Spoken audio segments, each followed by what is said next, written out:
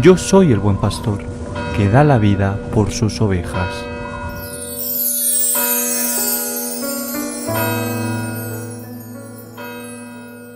El Señor esté con vosotros. Y con tu espíritu. Lectura del Santo Evangelio según San Juan. Gloria a ti, Señor. En aquel tiempo dijo Jesús a sus discípulos: Yo soy la verdadera vid, y mi Padre es el labrador. A todo sarmiento que no da fruto en mí, lo arranca, y a todo el que da fruto lo poda para que dé más fruto. Vosotros ya estáis limpios por la palabra que os he hablado. Permaneced en mí y yo en vosotros. Como el sarmiento no puede dar fruto por sí si no permanece en la vid, así tampoco vosotros si no permanecéis en mí. Yo soy la vid, vosotros los sarmientos. El que permanece en mí y yo en él, ese da fruto abundante, porque sin mí no podéis hacer nada. Al que no permanece en mí, lo tiran fuera como el sarmiento y se seca, y luego los recogen y los echan al fuego y arden. Si permanecéis en mí y mis palabras permanecen en vosotros, pedid lo que deseáis y se os concederá. Con esto recibe gloria mi Padre, con que deis fruto abundante, así seréis discípulos míos. Palabra del Señor. Gloria a ti, Señor Jesús. Permanecer en Cristo. ¿Qué es la vid? Permanecer en Cristo por amor a Cristo, es decir, el sarmiento unido a la vid por amor a la vid, y permanecer en Cristo para dar frutos abundantes. He tenido la bendición de Dios de pasar bastante tiempo viviendo, bueno, tampoco muchos años, pero unos cuantos, viviendo en Guatemala. Y nunca olvidaré la primera vez que fui a uno de los sitios más turísticos de este bellísimo país, la antigua Guatemala, en el mercado de artesanías, un mercado que lleva el nombre de San Ignacio, supongo que fundado en su momento por jesuitas, y que está lleno de cosas interesantes para los turistas. Lo que me llamó la atención no solamente eran las artesanías que allí vendían, era que en prácticamente todos los puestos tenían conectada la radio. Y era en los mismos puestos, la misma emisora, una radio evangélica. En Guatemala, no sé si ya incluso más de la mitad de la población está en alguna secta evangélica. Aquella gente sencilla que estaba allí vendiendo algo a los turistas, estaba conectada todo el tiempo a una radio evangélica y por lo que yo pude escuchar era la típica predicación evangélica, pero hablaban de Dios a su manera, con esos tintes amenazadores que usan, o con esas falsas promesas, la llamada teología de la prosperidad. Si das mucha limosna, Dios te va a dar muchas bendiciones. Si das poca limosna, no habrá bendiciones y habrá castigos. Horrible desde mi punto de vista, pero aquella gente tenía eso conectado. Todo el día hablaban de Dios.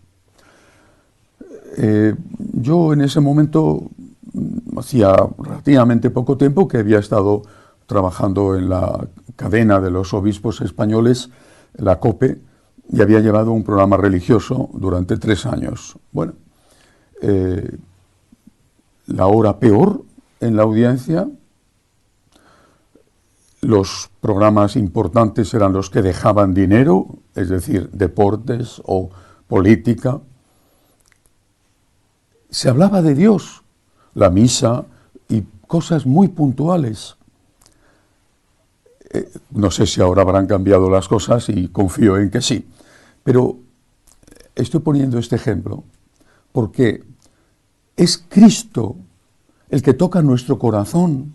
Es Cristo Y la Iglesia no tiene otro objetivo, otro sentido, otra razón de existir que anunciar a Cristo, que hablar de Cristo, que poner a Cristo en el primer lugar. Se podrá decir, bueno, pero es que una emisora tiene que ganar dinero para poder sostener todo tipo de programas. No entro ahora a juzgar, porque no, ni es el momento, ni creo que sea yo quien deba hacerlo. Pero quiero constatar esto. Las emisoras protestantes hablan continuamente de Dios y, por cierto, sacan dinero con un método que no apruebo en absoluto. Me parece horrible la llamada teología de la prosperidad. Pero hablan continuamente de Dios. Esa gente sencilla, esa gente pobre, da sus limosnas a las sectas que construyen grandísimas, lo que llaman allí, mega iglesias. Hablan de Dios a su manera, mal incluso, con una teología falsa. Hablan de Dios. Y ahora apliquémoslo a nosotros los sacerdotes. Claro que hay que hablar, por supuesto, y en determinados momentos es imprescindible, de la paz, de la libertad, de los derechos maltratados, de la naturaleza expoliada, del aborto, de la familia. Hay que hablar de causas, de cosas importantes, pero hay que hablar siempre de Dios. Es Cristo el que nos atrae.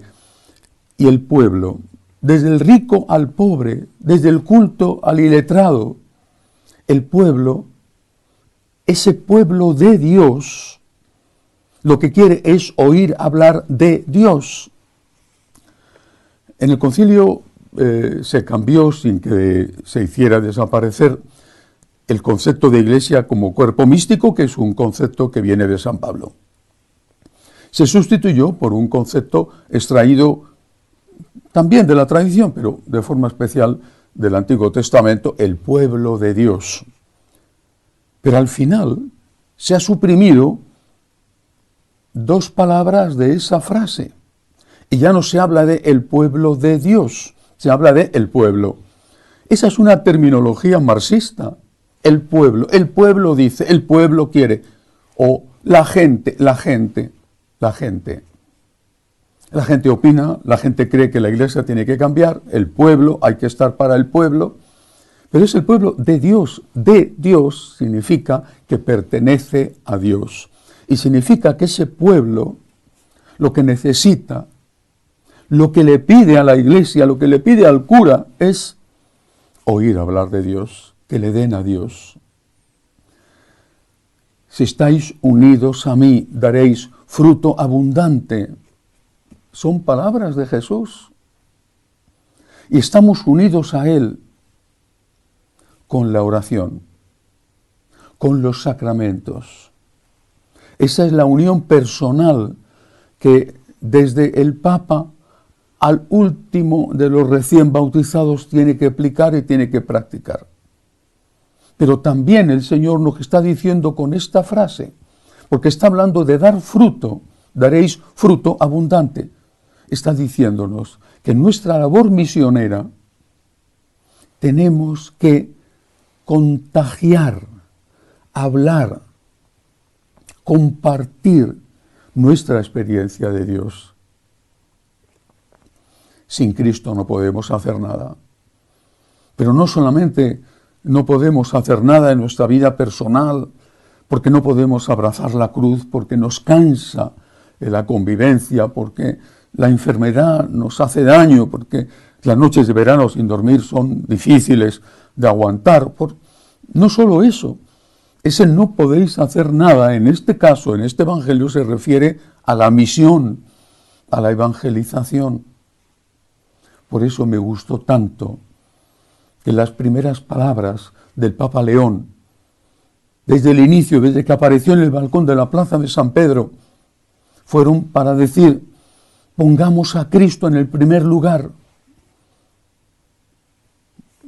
Cristo es Dios, es nuestro Salvador, es el todo.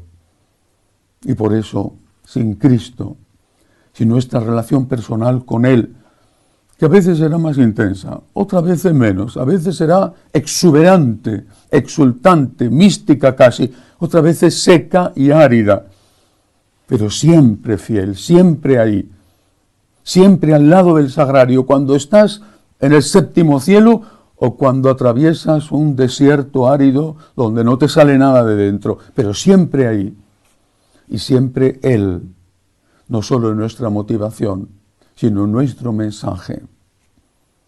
Si no hacemos las cosas por Cristo, con Cristo y en Cristo, no podemos hacer nada. Y si no hay resultados en la evangelización, ¿no será por esto quizá?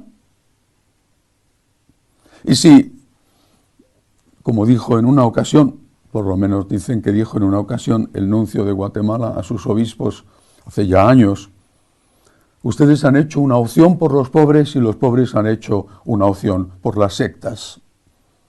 ¿No será que el secreto de esas sectas, con una teología de verdad horrible, no será que su secreto es que hablan de Dios?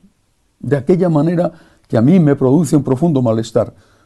Pero entre oír hablar de Dios y oír hablar de partidos de fútbol, ¿te parece extraño que haya mucha gente que prefiera oír hablar de Dios? Quizá hay tiempo para los partidos de fútbol, pero ¿solo? ¿O sobre todo? ¿O cuando produce más dinero? Cristo en el primer lugar. Cristo en el primer lugar, es decir, en lo más importante, aunque no produzca dinero. Porque al final, ¿de qué le sirve al hombre ganar el mundo entero si pierde su alma? ¿De qué le sirve a la Iglesia ser rica, si es que es rica, porque se queda sin gente, si pierde a esa gente? Que así sea.